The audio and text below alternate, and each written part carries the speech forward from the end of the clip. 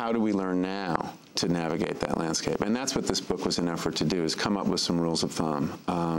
And so I say eat food, which sounds really simple, but of course there's a lot of edible food-like substances in the supermarket that aren't really food. So how do you tell them apart? You talk about shopping the periphery of the supermarket. Well, that was one rule that I found really helpful. And if you look at the layout of the average supermarket, the fresh whole foods are always on the edge.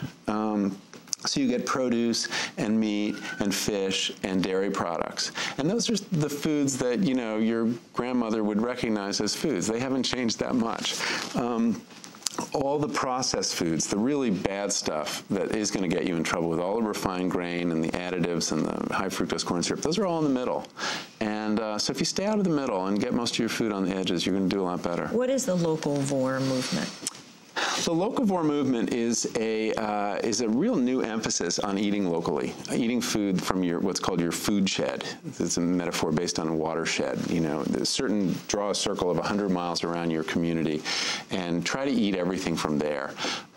It's an interesting movement, and I'm very supportive of local food. I think that it's verging on the ridiculous right now. I mean, you know, because frankly, there's no wheat produced in 100 miles of New York. You know, do you want to give up bread? I'm not willing to give up bread. So people get a little extremist about it. But the basic idea of when products are available locally, eating them and eating food in season is a very powerful and important idea. It supports a great many values. The fact is that food that's produced locally is going to be fresher. It's going to be more nutritious because it's fresher. You're going to support the farmers in your community. You're going to check sprawl. I mean, you'll keep that farmland in business. You are going to keep basically, you know, some autonomy in our food system. I mean, make no mistake, the basic trend of food in this country is to globalize it. And there will come a day when America doesn't produce its own food. In California, the Central Valley is losing, you know, hundreds of acres of farmland every day. And the projections there are that we will no longer produce produce in California by the end of the century.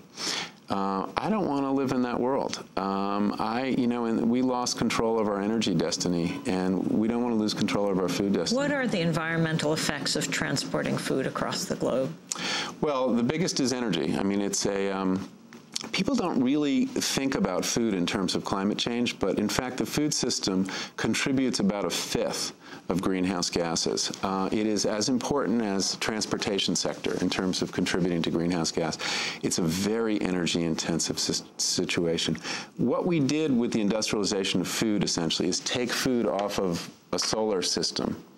It was basically based on photosynthesis in the sun, and put it on a fossil fuel system. We learned how to grow food with lots of synthetic fertilizers made from natural gas, pesticides made from petroleum, and then started moving it around the country, around the world. So now we take about 10 calories of fossil fuel to produce 1 calorie of food energy. Very unsustainable system. And what about the argument of efficiency? And if you want to feed the planet, you have sugar growing in Cuba, you have grapes and meat in Argentina and Uruguay and Chile. Well, that's the argument. There are a lot of problems with it. First, it does depend on cheap fossil fuel, and we are not going to have cheap fossil fuel. So that if Uruguay loses its ability to produce anything else, they're going to be hungry. It's very important that you have local self-sufficiency in food, some self-sufficient, not complete, before you start exporting.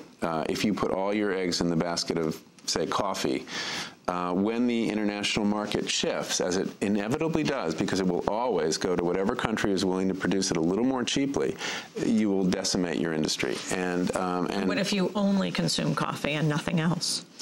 Oh, you have all sorts of problems we don't even want to get into. You cannot live on coffee alone. It's not like bread. So globalizing food has certain advantages of efficiency, but it also has very high risks. And, you know, efficiency is an important value, but resilience is even more important. And we know this from biology, that the resilience of natural systems and economic systems is something we have to focus more on. This globalized food system is very brittle.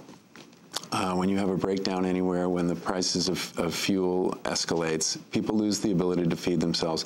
What's happening with Mexico and NAFTA and corn, you know, they open their borders to our corn, and it put 1.5 million farmers there out of business. They all came to the cities, where you would think, okay, now the price of tortillas should go down, but it didn't go down, even with the cheap corn, because there was an oligopoly controlling tortillas. Tortilla prices didn't go down. And so a lot of these former Mexican farmers became serfs on California farms. And this was the effect of dumping lots of cheap corn. And now they're the target of main politicians all over the country to, we send our food down and you send immigrants back. Yeah, and we don't want your immigrants. And, you know, we don't understand that these things are connected, that we make a decision in Washington and that this is what leads to an immigration problem. And, but the dumping of our corn on Mexico is a big part of the immigration problem. Do you know anything about cloned livestock? The Wall Street Journal says cloned livestock are poised to receive FDA clearance. Yeah, well, the FDA has been looking at this. There are techniques now to clone livestock, usually for breeding purposes. If you have a really champion bull, the semen of that bull is very valuable. So, gee, if you could turn that bull into 5 bulls, wouldn't that be great? Actually, it won't be great. It's the rareness that makes the semen so valuable. But what do you mean? Well, if you multiply your champion bull, the supply will go up and the demand will go down. But anyway, so the FDA needs approval so that once they're done using these animals for breeding purposes, they can just drop them into the food system as hamburger.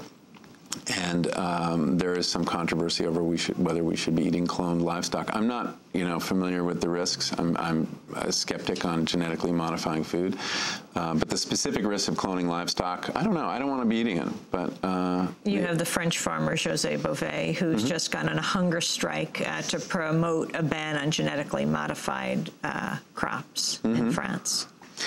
Yeah, I hadn't known that. The Europeans have reacted much more strongly to genetically modified crops than we have. Why do you think it's so different? A couple reasons. We have a misplaced faith in our FDA that they've vetted everything and they've taken care of it and they know what's in the food and that they know that genetically modified crops have been fully tested, which in fact they have not. Whereas the Europeans, after mad cow disease, are very skeptical of their regulators. And when their regulators tell them, oh, this stuff is fine, they're like, oh, wait, you said that about the beef. So they're much more skeptical. They also perceive it as an American imposition as part of cultural imperialism. Even though a lot of the GMO companies are European, the perception is it's Monsanto. And for some